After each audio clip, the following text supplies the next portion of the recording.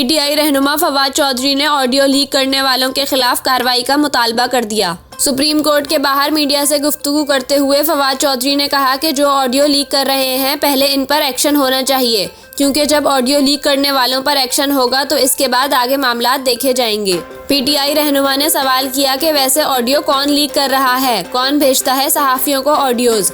उन्होंने मजीद कहा कि सूबाई असम्बलियाँ बहाल करनी है तो पहले आइन को ही ख़त्म करना होगा।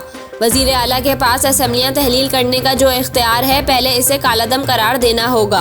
मेंबरान सूबाई असम्बली ने ये जानते हुए वोट दिया कि असम्बलियाँ तहलील होंगी। फवाद चौधरी का कहना था कि असम्बलियाँ तहलील होने का जानते हुए वोट देने से बड़ा जमहूरी अमल किया होगा। अगर असम्बलियाँ दोबारा बहाल होती हैं तो दोबारा तहलील कर दी जाएंगी।